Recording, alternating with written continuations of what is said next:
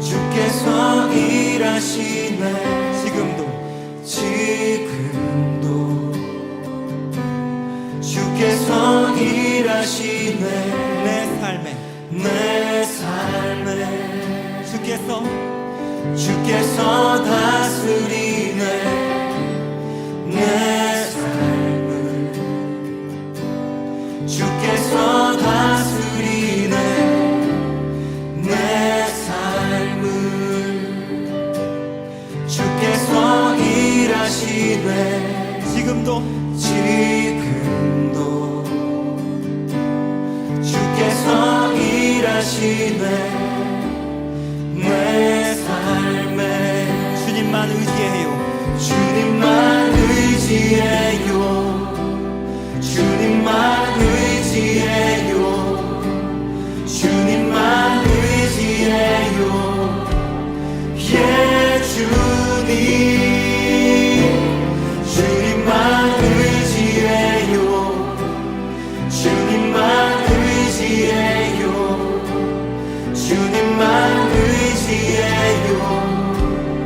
예, 주님. 주께서 다스리네. 주께서 다스리네. 내 삶을 주께서 다스리네. 내 삶을 주님은 일하십니다. 지금도 주께서 일하시네. 지금도 주께서 일하시네. 내 삶에 내 삶에 우리 함께 주님을 의지합시다. 주님만 의지해요.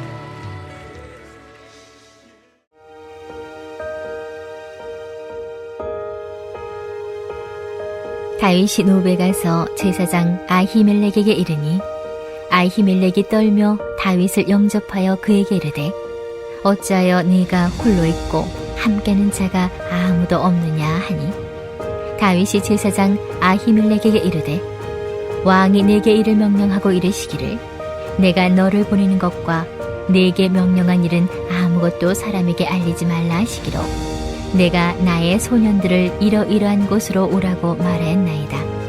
이제 당신의 수중에 무엇이 있나이까? 떡 5덩이나 무엇이나 있는 대로 내 손에 주소서 하니 제사장이 다윗에게 대답하여 이르되 보통 떡은 내 수중에 없으나 거룩한 떡은 있나니 그 소년들이 여자를 가까이만 하지 아니하였으면 주리라 하는지라.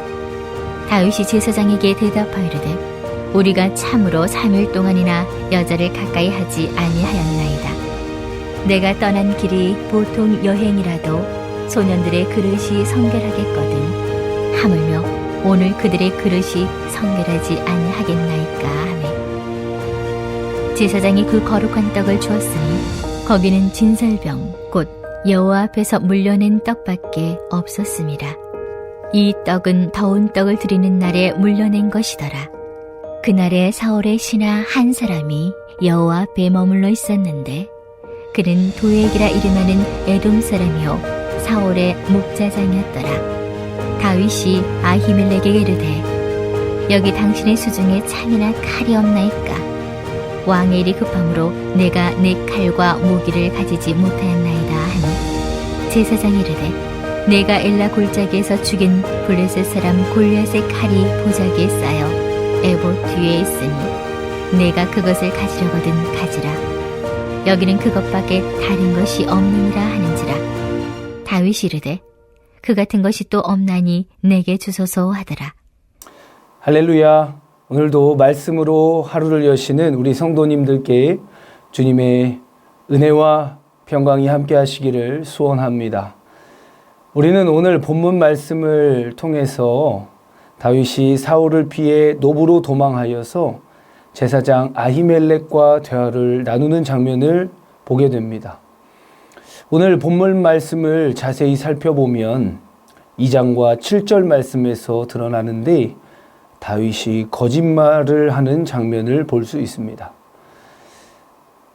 사랑하는 성도님들, 거짓말을 해야만 하는 다윗의 인생을 어떻게 생각하십니까?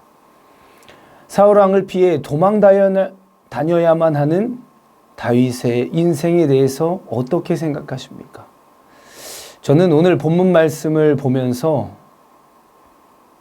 성경 전체의 맥락 속에서 사울과 다윗 그리고 솔로몬으로 이어지는 이스라엘 왕의 역사에 대해서 다시금 깊이 묵상해 봐야 한다고 생각하게 되었습니다. 왕의 역사 어떻습니까? 하나님께서는 이스라엘 백성들에게 왕의 다스림이 아닌 하나님의 직접적인 다스림을 받아야 한다고 지속적으로 말씀하셨습니다. 그런데도 이스라엘 백성들은 여전히 왕을 요구했고 결국 왕을 세우게 되었습니다. 하나님께서는 마지못해 사울왕을 세웠지만 후회하신다고 하셨습니다. 다윗은 좀 나으려나 싶었지만 오늘 본문 말씀을 보면 사실 다윗도 별반 다르지 않아 보입니다. 어쩌면 하나님께서 똑같이 다윗을 보시면서도 후회하시지 않았을까라는 생각이 들기도 합니다. 다윗이 밧세바를 취하고 그 이후에 이루어지는 그런 상황들을 보면 결국 하나님께서 후회하시는 모습이 아닐까라는 생각을 했습니다. 사랑하는 성도님들, 왕의 인생은 어떻습니까? 이렇게 남들을 속여야만 하고 피해야만 하고 적들과 다퉈야만 하는 이 인생 어떻게 생각하십니까? 저는 오늘 왕이 세워지기 전에 하나님께서 이스라엘 백성들에게 요구하셨던, 바라셨던 그 하나님의 마음을 다시 한번 새겨봐야 한다고 생각합니다. 하나님의 마음은 어떻습니까? 세상 왕의 다스림이 아니라, 세상 왕을 세워서 다스리는 것이 아니라 하나님의 직접적인 다스림을 받으라고 하셨던 그 하나님의 마음을 생각해 보시기 바랍니다. 하나님께서는 우리가 세상의 다스림이 아닌 하나님의 다스림 안에 거하며 살아가길 바라신다고 믿습니다. 하나님께서는 우리가 세상 기준 때문에 흔들리고 괴로워하고 낙심하고 좌절하는 인생을 살아가는 것이 아니라 하나님 안에서 그 흔들리지 않고 사랑의 품인 그 하나님 안에서 복되고 평안하게 살아가길 원하시지 않겠습니까? 사랑하는 성도님들, 세상의 것에 우리의 마음을 두지 않길 간절히 소망합니다. 세상의 것에 우리의 중심을 두지 않길 바랍니다. 세상의 다스림에 우리의 삶을 내맡기지 않길 바랍니다. 우리 삶의 목적을 분명히 하여 우리의 다스림, 우리를 이끌어 가시는 분은 오로지 사랑의 하나님뿐이라는 그 믿음의 고백이 함께 있으시길 주님의 이름으로 소망합니다. 그리하여서 모든 삶의 목적, 하는 모든 것들, 돈 버는 것, 살아가는 것, 열심히 해내는 것, 그 모든 것들이 다 하나님의 영광을 위해서 하는 그 목적으로 살아가는, 그리하여서 그 하나님이 우리의 주인이시라는 고백이 이어지는 복된 인생 살아가시길 바랍니다. 세상의 기준으로 볼 땐 어떤 것은 조금 더 크고 어떤 것은 조금 더 작을 수 있지만 하나님의 방법, 하나님 안에서는 그 어떤 것도 다 하나님의 영광을 위해서 하는 것이기 때문에 다 잘했다 칭찬하실 것입니다. 사랑하는 성도님들, 세상의 것에 마음 두기보다 우리를 흔들리지 않게 하는 그 하나님의 품 안에서 복되게 평안하게 살아가시는 귀한 은혜 있으시기를 주님의 이름으로 축원합니다. 하나님의 마음을 오늘 말씀을 통해서 다시 한번 묵상해 보시기 바랍니다. 어쩔 수 없이 거짓말을 해야 하고 남을 속이고 피하고 남과 경쟁해서 살아남아야 하는 그런 인생을 살아가기보단 하나님께 우리의 마음을 두고 중심을 두고 하나님께서 우리를 다스리시는 그 복된 인생, 참된 인생, 생명의 길, 구원의 길이 있는 그 인생 살아가시길 주님의 이름으로 소망합니다. 우리 모두 세상의 다스림이 아닌 하나님의 다스림 속에서 참된 구원, 생명의 면류관의 길을 걸어가시는 저희 모두가 되시기를 주님의 이름으로 소망합니다. 이 시간 주신 말씀을 새기면서 함께 기도하길 원합니다. 오늘 하루도 주님께 모든 것을 내어 맡기고 하나님의 다스림을 받는 복된 인생 살아가게 하여 주옵소서. 대신방이 진행되고 있습니다. 신방 중에 주시는 하나님의 말씀으로 새 힘을 얻고 하늘 위로와 은총이 임하는 귀한 시간 되게 하여 주옵소서. 다음 세대를 위한 새 성전 건축의 모든 과정이 하나님의 다스림 속에서 이루어지게 하여 주시옵소서 하는 기도의 제목을 가지고 함께 주님의 이름 부르면서 간절히 기도하며 나가겠습니다. 기도하시겠습니다.